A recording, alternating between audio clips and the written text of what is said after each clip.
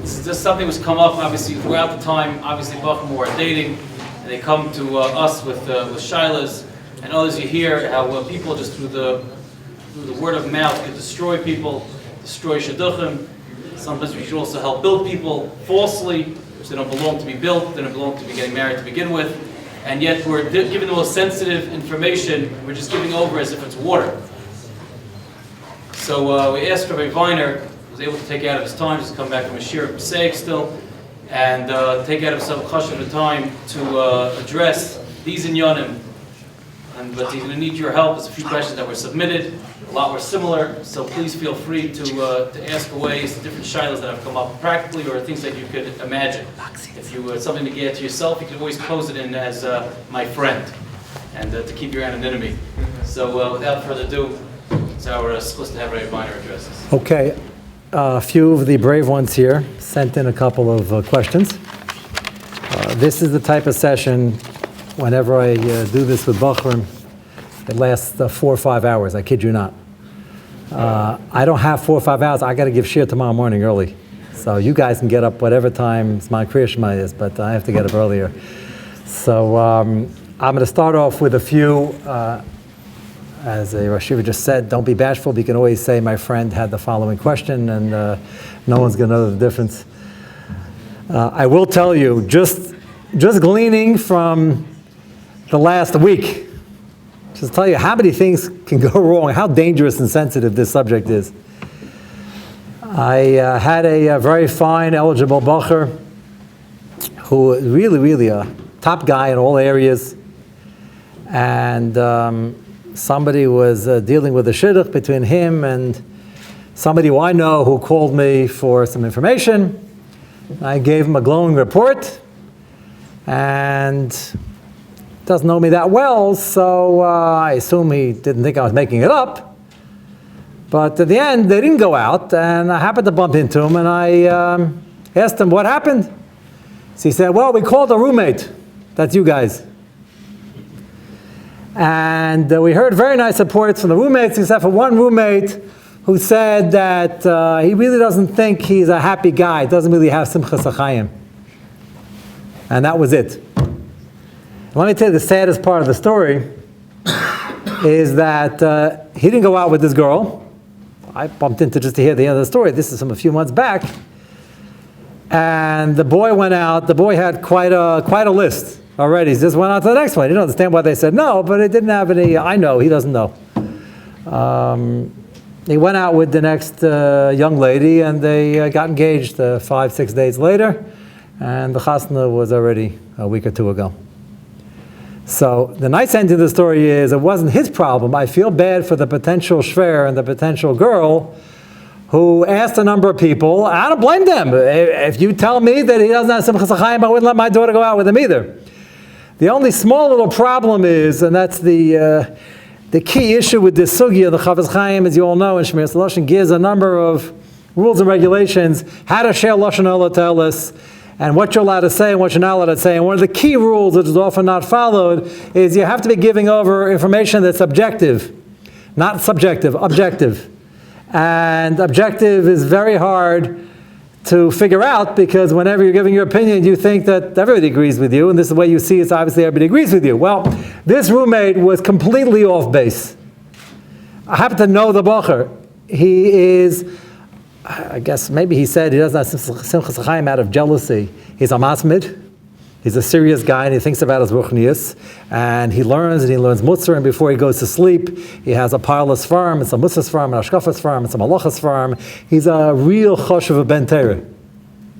And this roommate decided that he's too serious, he doesn't have simchas achayim. I know the guy, he has plenty of simchas achayim, and he knows what he's doing, and he's very grounded, and he's with it, and he is ala milas. And this poor girl wasn't zeicha to marry him, because somebody decided that in his book, he has too much focus on seriousness and not too much focus on having a good time. And we all know why, because this guy likes having a better time, so he can't really identify with him, so he decided that he doesn't have simchas achayim. This happens all the time. I have, it's a typical conversation I have from a parent will call me and say they're calling for information on this young lady, and they want to know, does she have personality?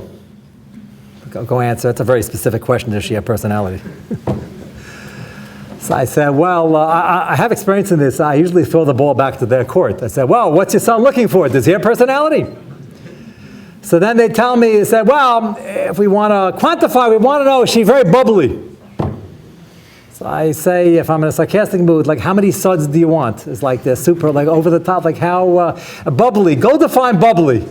So you have to know who it's for. You got to know who you're trying to be mashadach over here, and you got to know what they're looking for.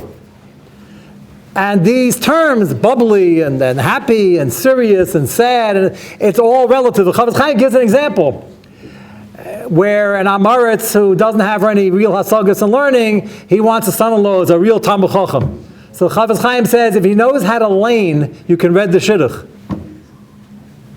Knows how to lane. But this guy's not talking. What's a Talmud Chacham? You got to lane. He knows how to lane. He knows how to daven. He's mamish from the upcoming Gainim. So for him, that's considered accurate information. So you have to know who's asking and what their barometer is. And with that introduction, I want to go to the first question posed. I think my roommate / Talmud, you have one of the Bochur is already giving shir. But this combination, it's a very, a lot of people wearing a lot of hats, is self-centered and even manipulative. He seems to be a popular guy, but I think he puts on a show. A lot of subjective name-calling over here. He thinks a popular guy, but from his vantage point, he thinks really he's a faker and just he has everybody else fooled. It could be, but before you kill that shidduch, you better ask like 20 other people whether anybody agrees with this assessment.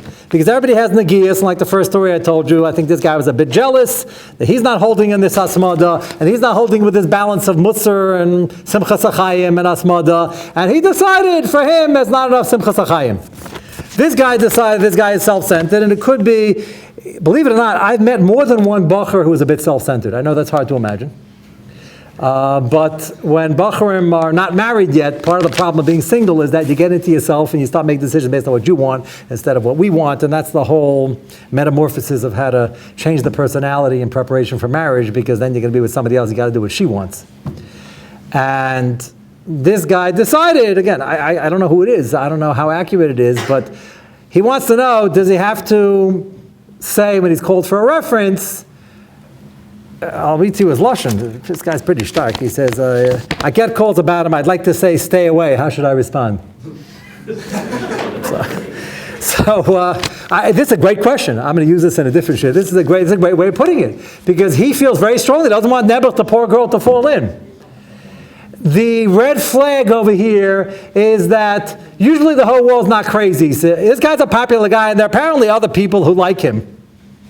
And okay, you know him a little better, you think sometimes a faker. Let me tell you something, everybody's a faker. Shaila is to what degree, and who knows about it? Okay, I hate the shit, okay? So he decided, he's his roommate, you see people up close, so he decided he's a faker. And he's popular, so he got lucky, and you can fool some of the people some of the time, but I have the real goods, and I want to warn them. The answer to this question is, don't say stay away, that's for sure. You have no right to say that, because again, we don't know how objective you're being. You might be wrong on the issue. And number two, I would strongly advise that you go over to this friend and tell him, please take me off your resume. It's like something's wrong over here. This guy thinks he's a good friend, and he has a list on the resume. Keep the resume short, guys, okay? 1 page. And you got a couple of Rabbanim, a couple of Rabbanim, and a couple of friends. So out of all his friends, Mr. Popular, he put down him and another guy. So he put his trust in you, and you're going to tell the first girl to call, stay away. So something's wrong with this picture. So if you feel you can't lie and you're doing a disservice, take yourself off. And that might sound like strange advice. What happened to L'Sam L'Adam Re'acha? And you got to warn the guy, and it's he's a barber shesarabim. I get the shaila all the time. I can't tell you how many sensitive shaylas like this, and you have to spend more than a minute on the phone, because you have to try to figure out who you're talking to. Usually I don't know who I'm talking to, and to figure out the accuracy of their perception or misconception of what's going on. I had a case a couple of weeks ago, a mother called on behalf of her daughter. She was put on a resume of a close friend, and she knows that I don't want to get you guys nervous. After I give the share, sometimes people come over to me. Are there any normal people in this world? So there are plenty of normal people who are grounded. I'm telling you some of the horror stories so you understand what's at stake. She comes from a wonderful family. Her brother is gotten himself into serious trouble. No, Rashi and Chumash says, you want to check out a girl, you got to look at her brother. So they're calling the mother and the daughter for information. They know the family, the neighbors, they're close. And they call in for information. The mother called me in a panic. What do we say? I said, what's the problem? She said, something wrong in the family. I said, what's the problem? You can't beat around the bush with me. So then she didn't. She told me the brother, and she told me Maisa Shahaya. And I said, do they know that you know? So they said, yeah. I can't figure out what people are thinking. So they're telling to call you. Why are they calling you? This is the type of information that it's pretty bad, but not bad enough that if she wasn't on the resume, she doesn't have to follow the girl around to make sure nobody ever marries her because she has a brother who's off the derech. That far you don't have to go. It's very rare you have to go that far. The only time you have to go that far is the brother is a serial killer, convicted, and already did time, and he's armed and dangerous. Then I would be proactive and actually call. Because during Sheva Bracha, somebody might get killed. But besides that, that's an extreme case. Besides that, if, okay, got himself in trouble, it's not her fault, she's a very firm girl. If you know the information though, and they start asking you, I want to know about the family, everybody firm, everybody's okay, then you can't lie. So why is she on that resume? I'm trying to paint a picture over here is that there's some information you have to answer when you ask the direct question, some information you have to actually volunteer, some information you have to volunteer earlier in the process. Once they went out 5 times, you don't. If they're engaged, even less, and if they're married, even less. The only time you have to volunteer information when they're married is if he's still armed and dangerous. Otherwise, they got married already. So the answer to this, whoever sent the shailim, you should not say stay away unless you have clear evidence, and I suggest you call. Half the shailas I get, Baruch Hashem, from people who are calling with this type of information and say, this is what I see, what should I say? So if you feel there's going to be a problem, and if you feel you're even not on the resume, but they're going to call you anyway, but you're a roommate, so then call a Rav and ask a shayla, what should I say? Should I be mishtamit? Often they catch you on the phone. The first reaction should always be, I hear my mother calling me, can I call you back later? Or I'm in the middle of shir, in the middle of learning, whatever the case may be, just get off the phone. And get off the phone quickly. Don't say, that's a very good question, can I get back to you? Because as soon as you say that, you just killed it. So you have to be a little bit quicker on your feet. And somebody's calling and says, Allah, I'm calling about Shlemi about a shir. And says, oh, great guy, I'd love to talk to you. Can I call you back in an hour? I'm in the middle of shir. And then you collect your thoughts, call a shayla quickly, and then you figure out what to do. Don't try to answer on the fly. Over here, again, most times staying away is usually not the answer if it's just your opinion, but a shayla has to be asked. Similar question, I get calls about a guy who has an addiction. Smoking, drugs, alcohol, you can list a few more, which we won't say, barabim. And well, this is being videoed. I don't know where this is going, but Torah Anytime has some censorship, so we're going to, but you guys can figure out the rest. Nobody else knows but me. So I don't know, you have a dorm in the yeshiva? How many guys to a room? It's not all just guys in the yeshiva. Okay, how many guys to a room? 2. Maybe you should have 4 so they can't corner one roommate. Maybe it will be safe. Just a suggestion. So this guy claims nobody knows but me. How should I respond? What if I don't get called and she gets or he gets engaged? As I mentioned before, once they're engaged, you need much more damaging information to say something. There's some information you have to say before, some as it's getting serious, some as after the l'chaim, and some after the chasna. The last category, very rare. So he has an addiction. Now, this is something that is not subjective. You know he has an addiction. You're not guessing, you're not surmising, it's not circumstantial evidence, you know he has it. The question is, what can you say? So again, depending on the addiction, something has to be said, but you have to first figure out again, who is calling? It's very important. Let's say a guy has an addiction, we'll keep it relatively benign. The guy has an addiction to going to movies. Everybody knows seeing movies is kavakami sermon races every 5 minutes, and it's absolutely also to watch these things. Everybody knows that, that's pashut. Let's say the person calling comes from a modern background, and if the Bochur in question is going to movies once in a while, they wouldn't be thrown off. So he's going to start telling them, he's not really such a frum boy, everybody thinks he is, but I happen to know he's watching something in his DVD, and I know it's us, and you know it's us. You give the whole thing, and they're going to say, I don't care. So then you just talk Lashon Hara. There's got to be Ta'elis over here. Ta'elis means it has to do something. So you have to try to figure out what's not easy, who you're talking to, or get some information on the people that are calling, and then figure out how much is this addiction going to bother them. Smoking is a great example, by the way. I don't know why, but there are some parents who really aren't that bothered by the fact that their sons are smoking. Most parents are very bothered, and quite often the people calling on behalf of the girls, guys, if you're on this, stop now so you can start going out next month when you clear your breath. Girls are very bothered by guys who smoke. They're just a major, major issue.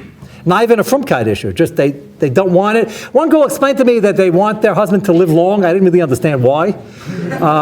But one of them mentioned that it's just a health issue. It's nothing to do with frumkeit, not a bummy issue, not bummy, yeah, bummy. They just didn't want to. And it was a red line by many young ladies, a mamash a red line. They are not going out with a smoker.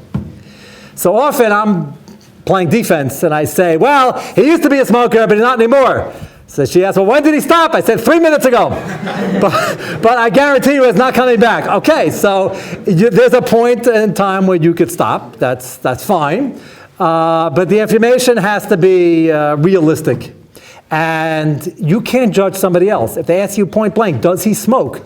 This is something that doesn't make him a Rasha Marusha. But if the answer is yes, you got to tell him yes. If the answer is he's trying to stop, and you think he can stop, then say that. That's the most benign of the addictions over here. Alcohol. I had a discussion with a Bochur just last week. I've had Balabatim complain to me from time to time, because it depends on which Balabas. The Balabas who drinks a lot himself won't complain about this. But it's Adar coming soon. Shabbos Havarchim, so I'm going to mention this now. I have Bochur who go collecting. And if you want to collect a lot of money, some Bochum think the more I drink, the more I can collect. I will tell you, usually that's the law of diminishing returns, and most Balabatim who are already settled and stable go crazy when they see Bochum who are totally out of control walk into their house. And they give less money, just for the fundraising aspect. I don't know what you guys have planned yet. But now, on the other hand, there's a mitzvah to get drunk on Purim. Let's talk about the other 364 days a year. So I've had situations dealing with Bochum who got used to drinking too much, and there are different gradations in addictions, but they're drinking too much, and it's not nicker as much as the smoking is, even though they both have an odor, but usually the guy doesn't do that right before the date. So the car doesn't smell. It's a different, you can get away with it more. I will tell you, just going into a marriage, if this thing is not solved beforehand, it can cause huge issues. So here the roommate in the second question is not just a subjective thing, I think he's not such a nice guy and I think he's a faker, but I'm about a guy who has a serious drinking problem. That's something that has to be brought up, and it should be brought up not with the people calling, first brought up with the Rav to try to assess how bad it is, and then you'll get a psak on where and when and to who to volunteer the information. But this is an issue. It's important in the context, we're talking about Hilchos Lashon Hara and Shidduchim. Many Bochurim, any good Bochur realizes that if I have these issues, I have to work on them. And most Bochurim are working on them. What they don't realize is that I had one Bochur called me and he told me like 20 minutes into the conversation, he was actually engaged, which really scared me, because he's telling me about serious issues that he's working on, and he sounded like a sincere young man. He's working on, and I made a comment about 18 minutes in the conversation. I said, I'm happy you're working on this, I'd be happy to try to help you. You really got to work on this before you start going out. And then there was a long pause. And he said, I sort of started going out already. I said, well, certainly before you get serious. And then he told me he's engaged, he's getting married in 3 weeks. So then I had my own shaila, so what do I do over here? So he's engaged already, he's getting married in 3 weeks, and he's working on it. And he's the one who called with the shaila. He said, like, I feel a little guilty. I didn't really mention any of this before, and I'm getting married in 3 weeks, so I'm starting to feel a little more guilty. So I told him, I said, this really should have been dealt with beforehand, but better late than never. And I think really you should work on it fast and continue to work on it even afterwards. Don't give up, but I can't halachically, and I didn't have the heart to tell him that he's got to break off the engagement for this, even though For her, this is going to be, if he doesn't really fix this up, she's going to have major tainas, and everybody she called for information, all the roommates, because I found that the roommates did know about it, and everybody who normally isn't still makbid and lashon hara over here, everybody clams up, some strange reason. You ever meet people that are not so careful with the lashon hara when it comes to shidduchim? I don't want to hurt the shidduch. So the Chafetz Chaim says, like any tallis, it's exactly fakert. And somebody dropped the ball over here. And the problem is, by the time he called me, he's getting married in 3 weeks. It wasn't bad enough to break up a chasana. It was almost that bad. And I got him in touch with some help that can guide him through the process on a daily basis, and I hope he's getting that help. But that's a problem. So you have to have a balance of wanting to speak up, and his last line here, what do I do with a guy who I think might be abusive? So I don't know what he means by that. But if abusive means that every morning he tastes the negavasa next to his bed and pours it over his roommate's head or something like that, I would be nervous. I had a case recently where there was violence in the home, which is relatively rare in the community, but it happens. And I called the guy in and I said, did you ever know you had this problem before? He said, no, I didn't think this would really be an issue. I said, you were in Beis Medrash in a dorm for many years? He said, yeah. I said, it never came up? He starts thinking, he says, now that I think of it, there were a couple of times I got a few comments from some roommates. I said, yeah. He said, I was wondering why everybody got all excited after I decked him. So I said, what'd you do? He said, he's a big, strong guy. He said, like I flattened him out.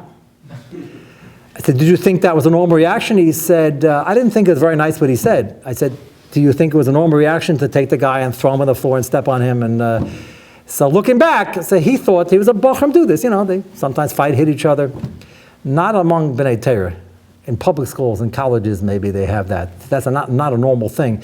And I don't know if any of his roommates were called for information, but somebody should have mentioned that. Because he did it with the Bochur, it didn't cause a divorce, and the Bochur survived. He's married now, and it's causing a divorce. So this is something, it's like, even though I'm dictating that you can't say whatever comes to your mind, you got to be careful, and at least ask the shayla if you think it's something that might be serious. I'll give you an example. I was walking, this took place 12, 13 years ago. I was walking home from Landau. Is anybody here from Flatbush? Okay, so I was walking home from Landau straight. I lived on East 4th and Avenue L. I was walking home about 11:45 at night, and all of a sudden, I was crossing Ocean Park. All of a sudden, I heard fast, loud footsteps.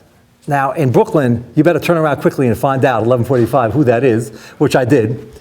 And I see a fellow, Talmud of mine, who comes to all the shiurim, a Bochur. He's running after me. He's, Rebbe, I'm so happy I caught you. I have an important shayla.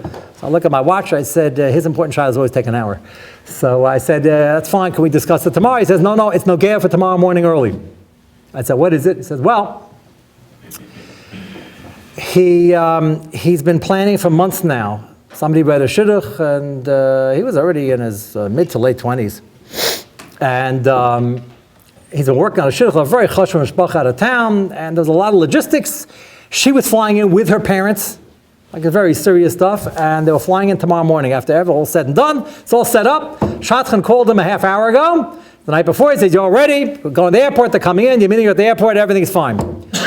So right before he hung up, he said, by the way, before you hang up, I just have one small question. This is after 3 months of talking. By the way, are you by any chance a Kayan? So he said, happens to be I am. Why do you ask? I'm not getting an aliyah tomorrow at Kennedy Airport, am I? So she said, no, I'm just curious. Interesting that you are, because I did mention this before. I don't know if it was Nogea, but the mother is a Balas Tshuva. So he says, got learned Yeshiva many years. He said, okay. He happened not to know that. They're from many, many years. He said, that's fine. They're raising a family, l'shem l'tefer. It's a very chashuv mishpacha. So, okay. Anything else? She said, yeah, one more thing. When she wasn't from, she was sort of, I don't know how to say this, but she was living with a guy. So he said, look, she wasn't from, she was in college, like, okay, sort of comes to the territory. I'm not thrilled, but okay, that's not gonna... Can I go to sleep now? So she said, yeah, just one more little bit. I just found out from, I don't believe she found this out just now. I think she waited till 11 o'clock the night before they're coming in, but okay, that's maybe because I have too much experience. So she asks him, he says, well, I just want to mention one other thing, that they had a baby when she was married to the guy, but afterwards, of course, she divorced him, she came to Baal Shuva, she married this other guy, that had a family, Shem and Tiferes. She says, I told you already, I don't care, just I did my research for the last 3 months, a wonderful family, I don't care. So she said, okay, I just, one more last piece, I'll let you go then. He says, that little girl that you have with the guy, that girl you're going out with tomorrow, that's her. So he still didn't realize any significance to this. If you didn't learn Yavamas well, you won't realize this is a Shaila. So he said, okay, that's not the script I would have written, but it doesn't really affect anything. So she told him, okay, that's all the information I have. Just, you might want to talk to your Rav before tomorrow morning. So he said, I don't know why, what's the problem? He said, just do me a favor, talk to your Rav. He said, 11 o'clock at night, he said, just find your Rav. And she hung up. So now I know why he's running after me on Ocean Parkway. And I never thought I'd have to paskin this sugya. This is a sugya in Yavamis, which nobody, unless you learn the Masechta Kavod, most people don't even deal with it. There's a sugya in Yavamis, if you learned it, that makes the whole Kavod Chemer, slugs up the Kavod Chemer, the Machlis Hashem had a paskin. The long and the short of it is, a girl whose father is a guy and his mother's a Yid, she's absolutely Jewish, her mother's Jewish. If the father's a guy, there's an Isser to marry a Kayan. Some holds in Isser D'Oraisa, some holds D'Rabbanan, but it's clearly Yasser. And it's brought down in Shulchan Aruch. So the shotgun left it to his Rav to break the news to him. She was probably so flustered, but then she just wanted to hang up the phone. So I said, you can't go out with her, you're a Kayan. So he said, really? Just like that, 3 months of work, and just like that? So I said, basically, he said, is there any tzad? I said, look, if you want to talk and learning, this is not going to affect the psak. Psak's not changing. If you want to talk and learning, it happens to be it's a Machlis Yishanim had a paskin. He said, really? Aha, I said, yeah, as I said before, it's not going to, in Shulchan Aruch, it says Asr. He said, any other angle? I said, yeah, it says B'diavad lo teitze. He said, great. I said, what's great? He says, B'diavad. I said, B'diavad, what's B'diavad? He said, they're coming to the airport tomorrow. I said, B'diavad means after you're married. You didn't even go out yet. He was all excited, B'diavad lo teitze. Nebuch, he was furious, and I don't know who dropped the ball there. I don't know if the Shasman found out at the last minute, but I've had many cases, this is the most bizarre, but I have many cases like that. And somebody didn't want to mess up the shidduch. Very nice. He wasted 3 months of time. They bought the tickets, non-refundable tickets, cost him a fortune, and he was without a date the next day. So these things really happen under the guise of, and it could be just amaratzis. Most people don't know this din. So it could be they thought she's Jewish, why shouldn't a kain get married? Well, what's an nafkamina? There are a lot of nafkaminas, and the point is you got to ask. Okay, next question.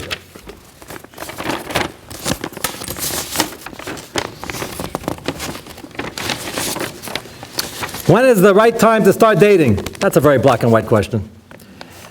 The age range in here, how old are you? Yeah. 9, no, much too young. Much too young. Okay, not shaykh. What's the age of everybody else? Range is 20? 18, 20, okay. So, 18, 25. It happens to be that also last week, you would say it's a very busy week, but all the weeks are like this. I got just calling from the last week. Last week, a Bochur came over me, he just turned 20. He wanted to know if she start going out. So, you probably all know that the median age is probably 22, 23. And you probably also know that there's a push now from many Rosh Yeshivas to back it up a little bit, which in Eretz Yisrael, they're light years ahead of us, literally and figuratively. And I remember you used to go to the Stipler, you go to Reb Chaim, it's the same thing now. If you were like 22 and not married, you'd get a Mishaberach. So in America, like many things, we're kind of behind the curve.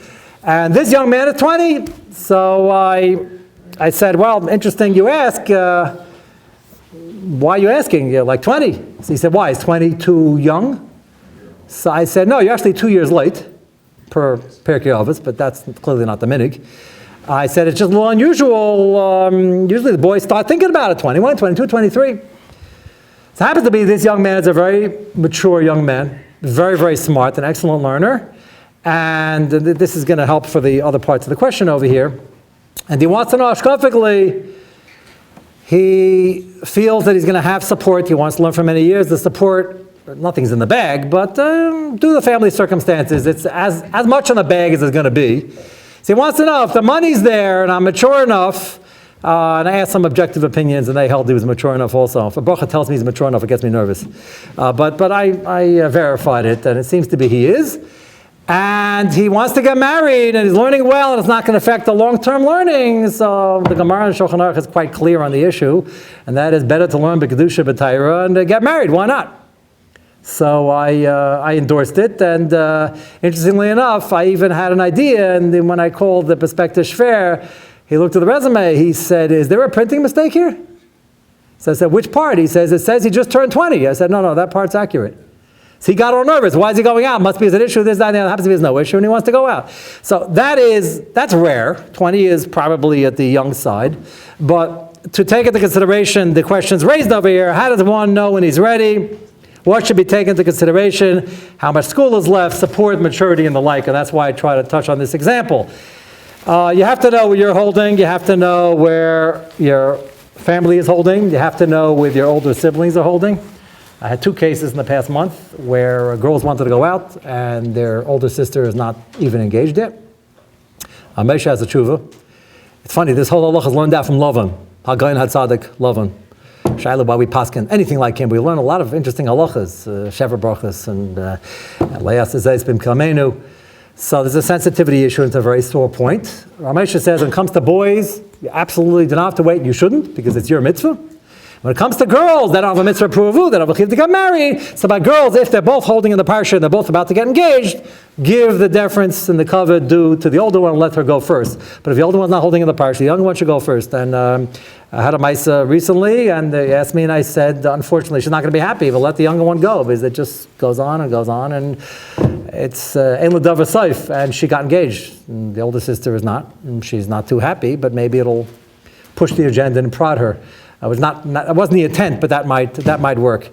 So you have to figure out what's going on in the family, what hakpadas there are, and if your parents are even going to allow such a step. Not that they have the final say, halacha has the final say, but you want to work with them.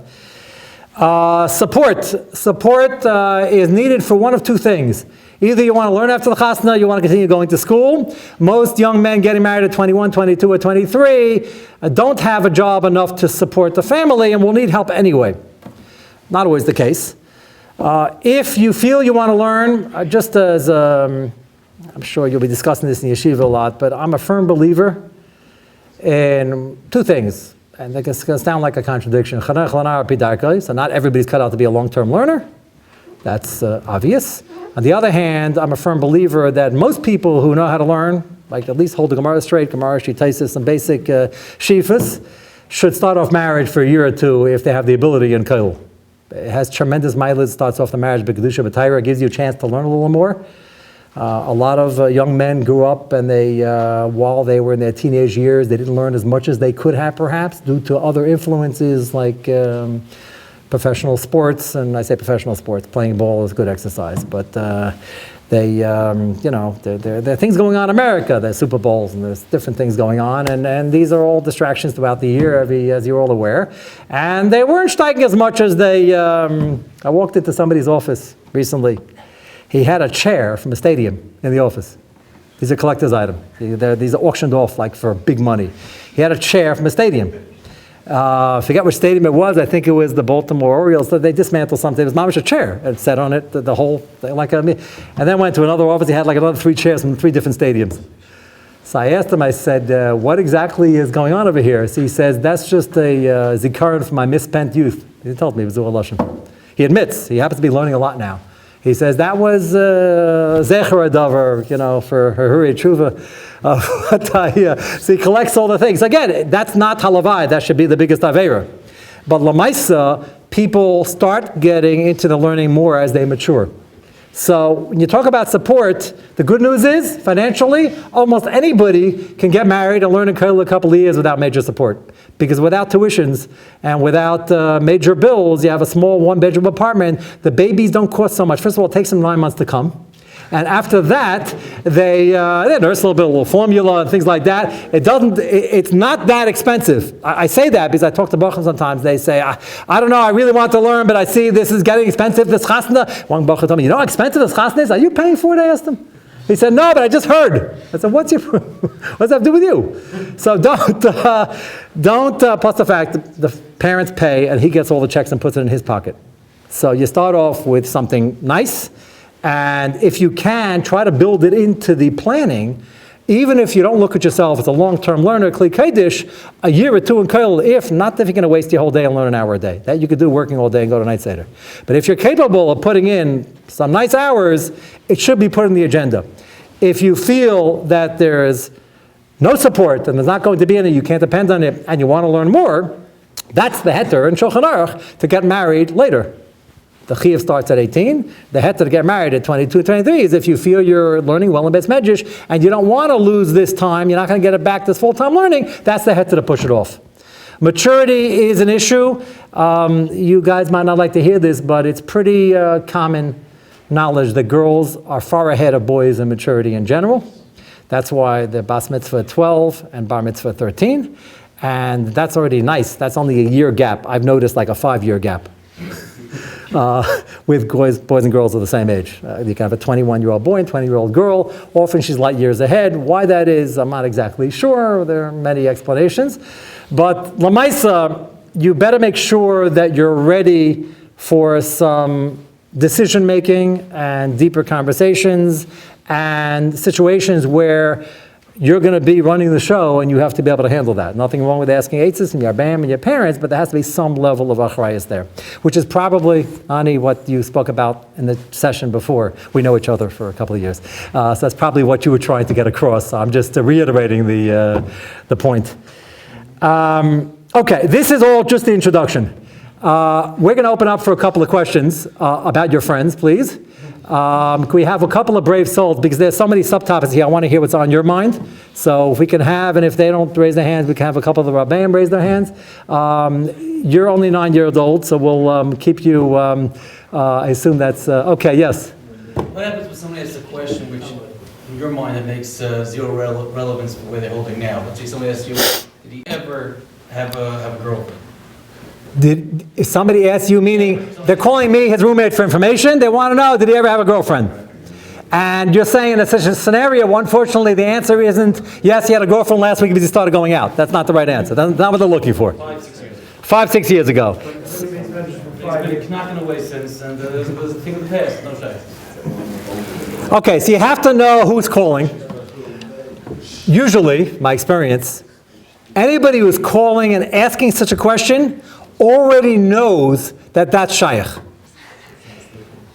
If that's true, and Kain and Madvarim, so then if it's mamish a thing of the past and it's in the distant past and it never went back, the answer should be something part. You can't lie directly. The answer part is, I don't really know, but I being that he's such a masmid and such a tzaddik now, I would even doubt it, but I don't know for sure. But if it was in the way distant past, like when he was 9. And hopefully you'll keep them off. The reason I say that is because you and I both know that if somebody was calling for, I'll say Baruch Hashem, use my son, or my shvag or whatever, somebody's calling, that question wouldn't come up in the conversation. I would look at him like he had 3 heads. So the fact that the person is asking that means they have reason to believe he was in the parsha, either based on where he's from or the family situation, the family dynamics. Otherwise, why would he be asking? When people call you, do they ever ask, by the way, I heard he's a very good boy. Did he ever shoot anybody? Nobody asks that shaila because they don't think it's well, maybe you've gotten the shaila.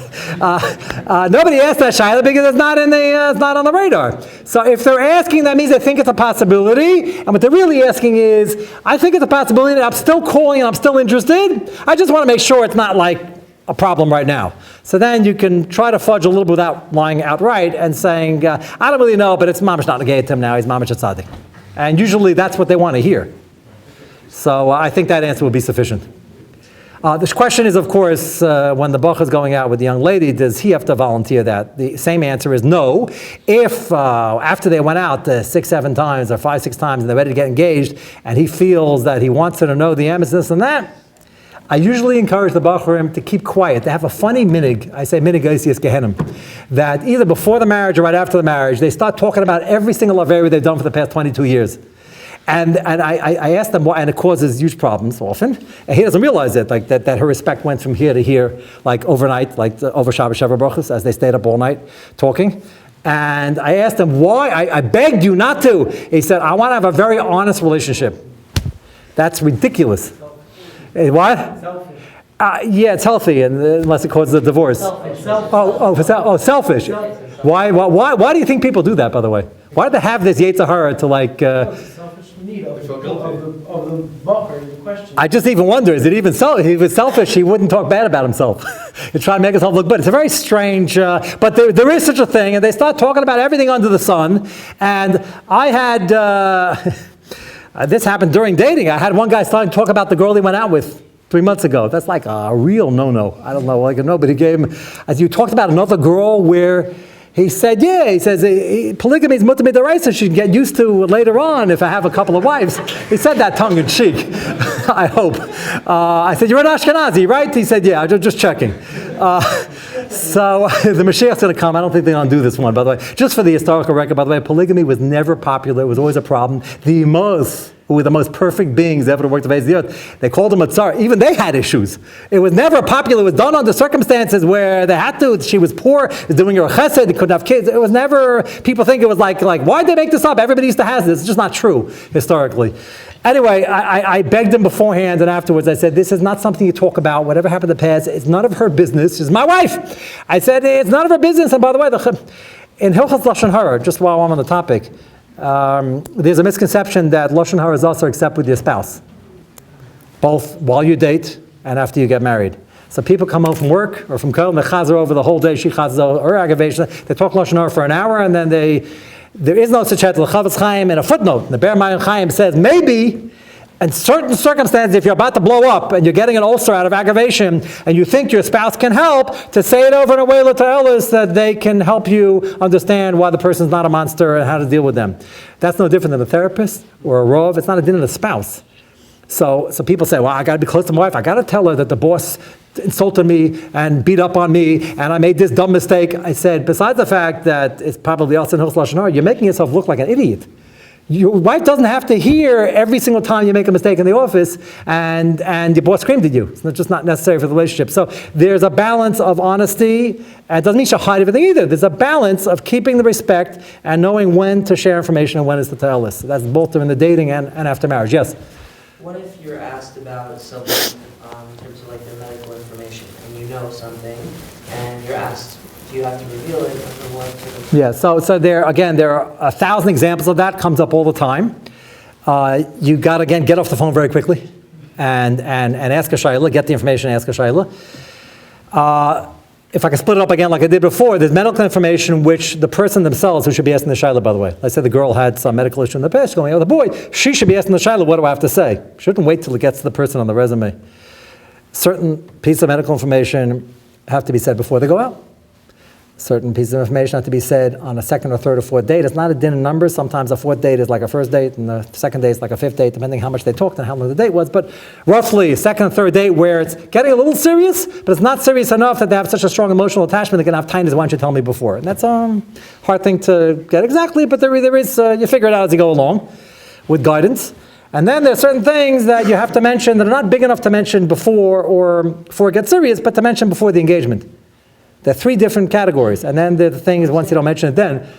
So, yeah. I was saying from the perspective of you're like a reference and you're being asked. Well, the first thing you should do, I'll give you an example from last week again. Somebody called me, she had a friend, she was put on the resume, and she had a friend who had a number of procedures with a potentially serious thing. Everything ended up being benign, Baruch Hashem, and she has to go back every 6 months just to make sure it's okay. So, Lamaisa, she wasn't sick. They got nervous, she wasn't sick, but it's pretty scary. She was called and she didn't say anything, felt guilty, got off the phone, called me. Should I have said something? So I said the first thing you should do is call up the young lady and ask her what her plan is.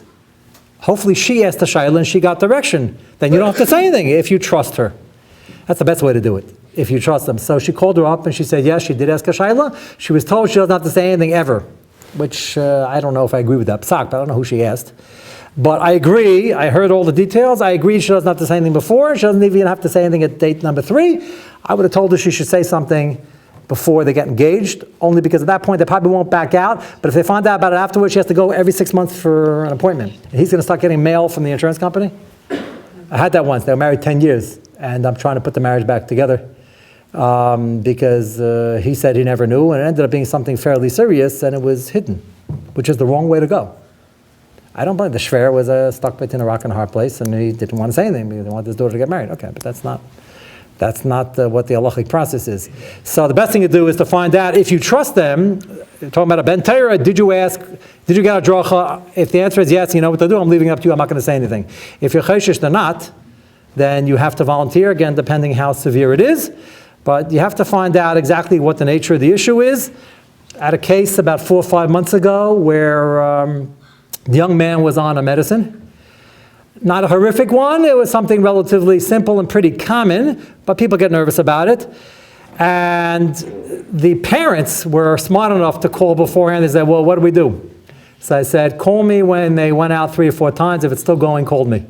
It was still going, Baruch Hashem. They called me, and I said, now you have to say something. And then they turned around, they asked me if I could say something, which I understand. Happened to be both close to both families. So I called up the parents of the young lady, and I said, can you come over?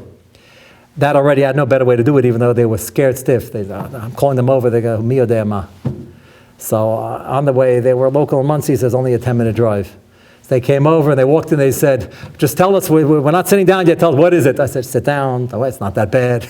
And we talked through the whole thing, and they took it pretty well. They said they wanted to make some calls, we doctored everything. Baruch Hashem, the L'chaim was a week later. But it was very sensitive and very touch and go, and but that's the way to handle it. It's never going to be geschmack. But he was a great boy, and there wasn't a serious issue, and that's why there are 1,000,001 details, but that was handled correctly, and it happened to me. I knew both parties, so they figured, since I was experienced, I'd be able to break it to them better, and they certainly didn't want to do it, and the boy didn't want to do it, the girl didn't want it. It was too sensitive, and Baruch Hashem, it worked. But sometimes people freak out, and it gets very nasty without it being necessarily the case, and they just take it very hard. So you have to try to do it very, very carefully. Okay, that's from the Hanhola. We have any Bochurim here? We're eligible? Any friends? Yes? What if I get a call and ask about a friend, and he's been kicked out of multiple yeshivas, but it's not written? It just says his last yeshiva he was in? Is that something? Are you suggesting he was in out of multiple yeshivas because he was asked to leave in a nice way? He was kicked out. Yeah, that's what I meant. Sure, yeah. So he was kicked out. What was he kicked out for? I don't know. Stuff. Addictions? Smoking? Drinking? Sure. Worse? Yeah. I don't know. Yeah, they're like that. Okay, and the people calling... One second. The people don't know. The people that are calling have no clue. They think he's the best Bochur since sliced bread. They have no clue. It doesn't say 4 yeshivas on his resume. It says 1 yeshiva. Okay, that's pretty rare. That unless you're the first contact guy. Most people, unless it's the first daughter is going out, most people are pretty adept at finding out information, and this is what we call a milsa david l'glui. If a guy was in 6 yeshivas and only puts 1 on the resume, they're going to find out very quickly. Otherwise, the parents aren't researching enough, which, by the way, will bring us back to the Chavetz Chaim with they want a Baal Kairi. If they're not checking out what yeshivas in, then they're fine. So then if they don't know, are they asking you point blank, or you want to know whether to volunteer? We heard he got kicked out of yeshiva. Oh, they're asking point blank. We heard they got kicked out, so you can't lie. So you say, well, you wouldn't say kicked out. He was there's a mutual understanding that he would part company. That's not lying. There was a mutual understanding. They explained it to him and he understood. That's a mutual understanding. You just have to know how to say it. You don't want to scare people too much. No. They're going to understand. Look, people weren't born yesterday. If I would call you and I'd say, was he kicked out? And you say it's a mutual understanding he would leave, I understand that he couldn't stay there anymore. That was clearly the fact. So then I would ask you, why was there a mutual understanding? And you would say, he was doing stuff. And if I would ask you what stuff, then I'd probably be out of line, because if I don't get the message by now, so it depends. Often, that's why I said, be smart about it. Throw the ball in their court. You're probably not... As a friend, you probably can't do this as much. It would come off as a chutzpah. You're talking to somebody twice your age. I always toss it right across the net. I'd say, well, where's your daughter been? And then sometimes in the middle of the conversation, they'll tell me she was actually thrown out of a few high schools and a couple of seminaries. I said, this is a great shidduch. This is so often if they, people don't live in a vacuum, and if they already have some raid on the guy, they'll know some of the past, and it's not as big a problem. If you're the first guy they're calling, you can't lie. And you can say, yes, we understand that it was time for him to depart, and there was some stuff going on, but the good news is he's really steiged, if there is good news. And he's really a different boy today. If the boy was thrown out of his last yeshiva 3 days ago and he just came to your dorm, you can't say that. You have to have some track record, like, yes, it's all in the past, but he's really doing well. And try to figure out whether that's true before you say it. Thank you for listening. Have a good Bochur.